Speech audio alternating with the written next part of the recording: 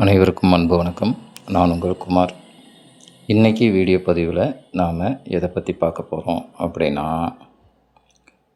நீங்கள் விரும்பும் நபர் உங்களை மொபைல், சோசியல் மீடியா போன்ற எல்லா இடங்களிலும் உங்களை பிளாக் பண்ணியிருந்தாங்க அப்படின்னா,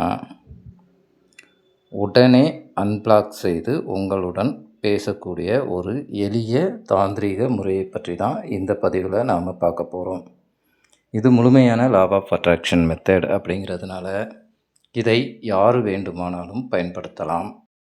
இதை யாரெல்லாம் பயன்படுத்தலாம் அப்படின்னு கேட்டிங்கன்னா, கணவன் மனைவி, காதலர்கள்னு வரும்போது ஒன் சைடாக லவ் பண்ணுறவங்களும் இதை பயன்படுத்தலாம். மற்றது உறவினர்களுக்காக, வேலை செய்யும் இடத்தில் நண்பர்களுக்காக அப்படின்னு எல்லா உறவுகளுக்காகவும் இந்த மெத்தடை பயன்படுத்தலாம். இது தாந்திரிக முறை அப்படின்னு சொல்லிட்டோம். இந்த தாந்திரிக முறையை பயன்படுத்துவதற்கு தேவையான பொருட்கள் என்ன அப்படின்னு பார்த்தீங்கன்னா, பேலீஃப், அதாவது பிரியாணி இலை, பிரிஞ்சி இலை அப்படின்னு சொல்லுவோம்ல, அந்த இலை ஒன்று தேவை. அந்த இலை நல்லா இருக்கணுங்க, எந்த ஒரு டேமேஜ் இல்லாமல் இருக்கணும். அதில் எழுதுவதற்கு ப்ளூ கலர் பென், ப்ளூ கலர்னு வரும்போது பென்சில், மார்க்கர், ஸ்கெட்ச் அப்படின்னு சொல்லிவிட்டு நீங்கள் எதை வேண்டுமானாலும் பயன்படுத்தலாம். இந்த மெத்தடை எந்த நாள் ஸ்டார்ட் பண்ணலாம் அப்படின்னு கேட்டிங்க அப்படின்னா, டார்க் மூன், அதாவது அமாவாசை அப்படின்னு சொல்லக்கூடிய அந்த நாளில் மட்டும்தாங்க நீங்கள் இதை ஸ்டார்ட் பண்ணணும். ஒரே நாள் தான் இந்த மெத்தடை செய்ய போகிறீங்க அப்படிங்கிறதுனால நீங்கள் கரெக்டாக அந்த டார்க் மூன் அமாவாசை நாளில் எந்த டயத்தில் செய்யணும் அப்படின்னு கேட்டிங்கன்னா, இரவு 11 மணி முதல் 11:15 மணி வரை இருக்கும் அந்த இடைப்பட்ட நேரத்தில் தாங்க இந்த மெத்தடை நீங்கள் செய்யணும். மற்ற நாட்களில் இந்த மெத்தடை செய்யக்கூடாதுங்க. இப்போது அமாவாசை நாட்களில் மட்டும்தான் இதை நீங்கள் செய்யணும். இந்த முறையை எப்படி பயன்படுத்தணும்னு பார்க்குறதுக்கு முன்னக்கூட்டி நம்ம சேனலை தொடர்ந்து பார்த்து நமக்கு தொடர்ந்து ஆதரவு கொடுத்துக்கிட்டு இருந்த நம்ம அன்பு சொந்தங்களுக்கு என் மனமார்ந்த நன்றி. நம்ம சேனலை தொடர்ந்து பார்க்குறீங்க, நம்மக்கிட்ட நிறைய சந்தேகங்களை உள்ளூரில் இருந்தும் சரி, வெளியூரில் இருந்தும் சரி உங்களுக்கு ஏற்படும் சந்தேகங்களை கேட்குறீங்க. அந்த சந்தேகங்களுக்கு நாங்களும் தக்க தீர்வு கொடுக்குறோம். இதெல்லாம் நினைக்கும்போது சந்தோஷமாக இருக்குது. இதுவரைக்கும் நம்ம சேனலை சப்ஸ்கிரைப் பண்ணாதவங்க சப்ஸ்கிரைப் பண்ணுங்கள். சப்ஸ்கிரைப் பண்ணிவிட்டு பக்கத்தில் இருக்கிற பெல் பட்டனை மறக்காமல் ப்ரெஸ் பண்ணுங்கள். அப்போ தான் நான் போடுற பயனுள்ள தகவல்கள் உங்கள் நோட்டிஃபிகேஷனில் உடனுக்குடன் வரும். இது மட்டும் இல்லைங்க, நம்மக்கிட்ட ஆண் பெண் வசியமை, காதலர் வசியமை, கணவன் மனைவி வசியமை, தொழில் வியாபார ரீதியான வசியமைகள், எந்திரங்கள் சிறந்த முறையில் பூஜித்து தரப்படும்.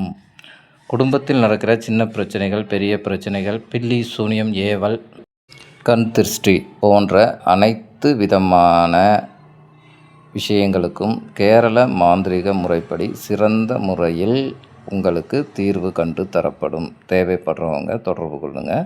சரி, வாங்க இப்போ நாம் பதிவுக்குள்ளே போகலாம்.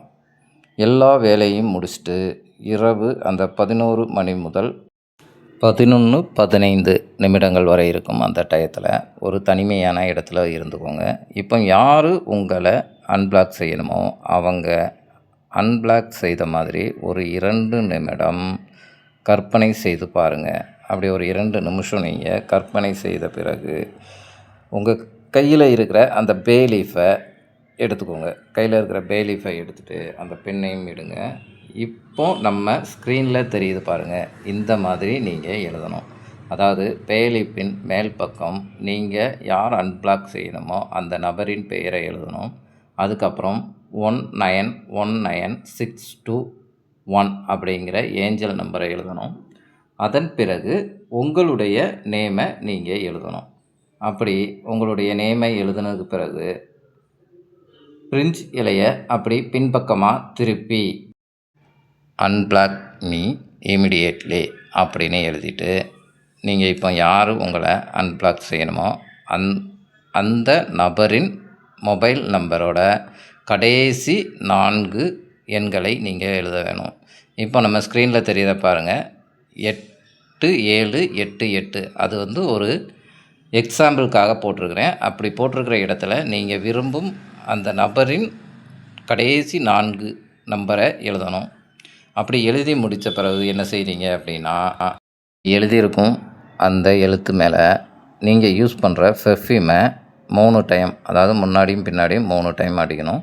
அடிச்சுட்டு அப்படியே உங்கள் தலையணை அடியில் வச்சுட்டு படுத்து தூங்கிடணும். 3 நாட்கள் இந்த பே லீஃபை அப்படியே உங்கள் தலையணை அடியில் வச்சு படுத்து தூங்கணும். 4ஆவது நாள் அதை எடுத்து எரித்து அதை அப்படியே நீங்கள் காற்றில் பறக்க விட்டுறணும். பே லீஃப் வச்சு நாம் செய்கிற அத்தனை பரிகாரங்களும் உடனடியான ரிசல்ட்டை கொடுக்கக்கூடியவை. இது நிறைய பேர் இந்த மெத்தடை பயன்படுத்தி வெற்றி கண்டிருக்கிறாங்க. இந்த மெத்தடை நீங்களும் பயன்படுத்தி வெற்றி காண என்னுடைய வாழ்த்துக்கள். அவ்வளவுதாங்க இந்த பதிவு. இந்த பதிவு உங்களுக்கு பிடிச்சிருந்தா லைக் பண்ணுங்கள், உங்கள் ஃப்ரெண்ட்ஸ் அண்ட் ஃபேமிலிக்கு ஷேர் பண்ணுங்கள். இந்த பதிவை பயன்படுத்தி உங்களுக்கு கிடைத்த அனுபவங்களை எங்களது கமெண்ட் பாக்ஸில் மறக்காமல் பதிவிடுங்கள். உங்களது சந்தேகங்களையும் நீங்கள் மறக்காமல் நம்ம கமெண்ட் பாக்ஸில் கேட்கலாம், அதுக்கு பதிலளிப்போம். மீண்டும் ஒரு நல்ல தகவலுடன் உங்களை சந்திக்கிறேன். நன்றி, வணக்கம்.